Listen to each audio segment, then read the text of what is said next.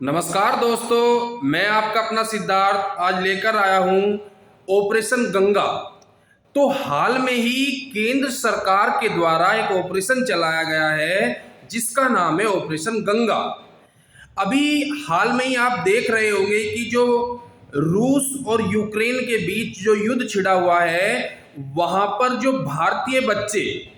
भारत के वे बच्चे जो वहां पर पढ़ने गए हैं, भारत के कम से कम 20,000 व्यक्ति, जिसमें 18,000 छात्र हैं।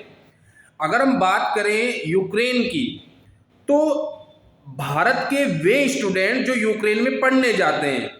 देखो, अगर हम भारत की बात करें तो भारत में जो एमबीबीएस की पढ़ाई है, जो मेडिकल पढ़ाई है, वो एक तो महंगी होती है। दूसरा, यहाँ पर क्या होता है कि मेडिकल की पढ़ाई करने के लिए हमें नीट का एग्जाम देना पड़ता है। जो नेशनल एलिजिबिलिटी एंट्रेंस जो टेस्ट होता है, एक प्रवेश परीक्षा होती है, और प्रवेश परीक्षा पास करने के बाद भारत के जो संस्थान हैं उसमें हम प्रवेश ले सकते हैं। लेकिन जो यूक्रेन है, यूक्रेन में जो मेडिकल शिक्षा है, जो पढ़ाई का स्तर है, वो कम है। अगर हम भारत के संदर्भ में बात करें तो भारत में मेडिकल की पढ़ाई करने के लिए कम से कम 70 से 80 लाख खर्चा आ जाता है। वहीं अगर हम भारतीय जो छात्र यूक्रेन में पढ़ने जाते हैं, उनके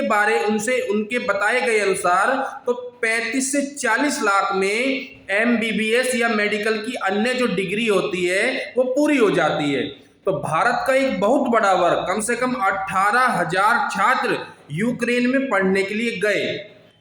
यूक्रेन से भारतीयों को निकालने के लिए केंद्र सरकार ने हाल ही में एक ऑपरेशन चलाया है जिसका नाम है ऑपरेशन गंगा। और अगर हम बात करें इंडियन एयरलाइंस की, तो जो स्पाइस जेट है, जो इंडिगो है, जो विस्तारा है, या अन्य जितनी भी एयरलाइंस कंपनियां हैं, भारत ने उनके जो जहाज हैं उनको कहां पर भेज दिया है? उनको भेज दिया है यूक्रेन के पास लगने वाले आसपास जितने भी शहर हैं या जितने भी छोटे छोटे देश हैं। अगर हम बात करें तो हंगरी की जो राजधानी है बुडापेस्ट, और रोमानिया की जो राजधानी है बुकारेस्ट, वहां पर भारतीयों को जहाज वापस लेके आ रहे हैं। और दूसरे संदर्भ में अगर हम बात करें यहाँ पर, तो केंद्र सरकार ने भारत के जितने भी केंद्रीय मंत्री हैं उनमें से जिनको विदेशों का अच्छा ज्ञान है या कहीं ना कहीं जो विमान और प्राधिकरण मंत्रालय से जुड़े हुए हैं, जैसे अगर हम बात करें नागरिक और उड्डयन मंत्रालय के जो मंत्री हैं जिनका नाम ज्योति आदित्य सिंधिया है, और जो किरण रिजिजू हैं, या अन्य जिनको कहीं ना कहीं विदेश मामलों के जो जानकार हैं, विदेशी प्रभाग का जिनको अच्छा ज्ञान है, जैसे हम बात करें तो जो भूतपूर्व जनरल है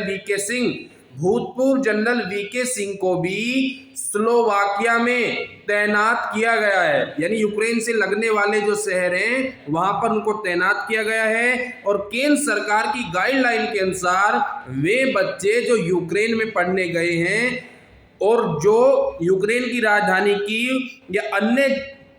जहां पर भी हमले हो रहे हैं, जैसे खार्किव में हमला हो रहा है, डोनेस्क में हो रहा है, लुहांस्क में हो रहा है, या कीव में हो रहा है, जितने भी शहरों पर हमला हो रहा है और बच्चे वहां पर हैं, उनको सख्त चेतावनी और आदेश दिया गया है कि वे आसपास लगने वाले जो देश हैं उनकी सीमा पर पहुंच जाएं। और भारत सरकार का जो विदेश मंत्रालय है, जो दूतावास है, या जो अन्य मंत्रालय हैं, वो उनको निकालने का भरसक प्रयास कर रहे हैं। तो इसी के लिए भारत सरकार ने यूक्रेन से बच्चों को निकालने के लिए जो ऑपरेशन चलाया उसका नाम है ऑपरेशन गंगा। तो हाल में ही ऑपरेशन गंगा के तहत सरकारी गाइडलाइन के अनुसार कम से कम 8,000 से ज़्यादा छात्र निकाले जा चुके हैं। और अभी हाल में ही केंद्र सरकार के द्वारा यह निर्देश दिया गया है कि जो भारतीय वायुसेना है उसको भी यूक्रेन से बच्चों को, स्टूडेंट को, या भारतीय जो वहाँ पर नौकरी करने गए हैं उनको निकालने का भी प्रयास किया जा रहा है, ताकि वो भी अपने यहाँ पर वतन वापसी सुनिश्चित कर सकें। अभी हाल में ही आप टीवी में देख रहे होंगे या विभिन्न तरह के न्यूज़पेपर में देख रहे होंगे कि वतन